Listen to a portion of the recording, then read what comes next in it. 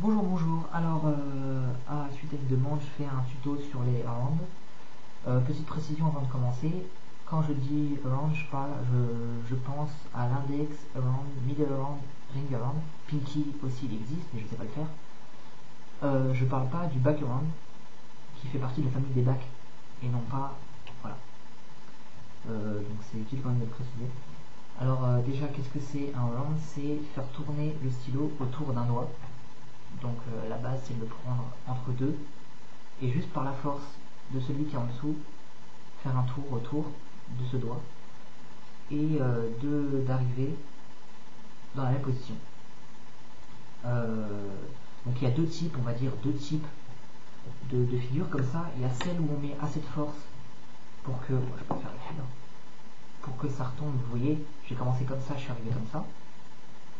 Donc ça, c'est, on va dire, la figure classique. Mais après, il faut réussir à mettre assez de force et à faire un mouvement assez précis pour retomber exactement dans la même position. Et ça, c'est intéressant pour pouvoir le faire en continu. J'avoue, je ne sais pas le faire. En continu, je suis nul, mais nul. Donc, je vous montrerai pas. Voilà, j'ai trop honte. Mais c'est intéressant pour pouvoir en faire plusieurs à la suite. Alors, la méthode pour y arriver, en fait, c'est pas compliqué, hein, c'est vraiment pas compliqué. On commence ici et il faut réussir à doser justement, de manière juste, la force à mettre dans le doigt inférieur pour trouver le juste milieu entre projeter le stylo en l'air et qu'il n'arrive pas à passer.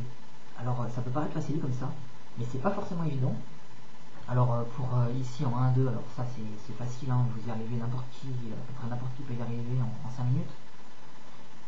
Quand on passe à l'étape au-dessus ou en dessous, ça dépend comment on voit les choses, c'est un peu moins facile. Alors quand on arrive ici, vous allez constater que c'est vraiment dur, c'est vraiment difficile. Là j'ai réussi, mais je n'étais pas sûr. Bref, donc il faut réussir à bien doser et aussi à ramener son doigt assez vite, à réussir à faire ce mouvement-là assez rapidement pour pouvoir réceptionner le stylo. Ça paraît logique, mais c'est pas facile non plus. Donc là, en gros, c'est vraiment pousser, hop, et quand c'est ici, déplier et le rattraper. Pareil qu'avant, dans cette position-là, c'est facile, mais ici, là, ça devient beaucoup plus difficile, parce qu'il faut acquérir assez de souplesse au niveau de voilà, bon, là, j'ai pas eu le temps de le rattraper, par exemple, j'ai pas été assez rapide. Il faut acquérir assez de souplesse au niveau du petit doigt pour réussir à faire ce mouvement-là assez rapidement. Et c'est pas facile, c'est de l'entraînement, uniquement de l'entraînement. Vous allez y arriver au fur et à mesure. Bon, voilà à peu près. Ce que je peux vous donner comme astuce, c'est que une manière efficace de travailler ces figures, c'est de les enchaîner. Vous pouvez constater, je ne le fais pas avec celui-là parce que j'y arrive pas, vous pouvez constater que quand vous en faites un, il suffit de faire un pass et vous arrivez dans la position pour faire celui du dessous. Donc vous pouvez les enchaîner. Voilà. Bon, c'était pas très beau, mais bon. Vous voyez à peu près comment le stylo peut descendre et comment vous pouvez vous entraîner. C'est pas insurmontable, mais c'est efficace. Et j'en arrive à ce qui m'a motivé à faire ce tuto à la base. C'est ma figure préférée avec ça, c'est le Twisted Sonic Bust avec un middle around juste derrière.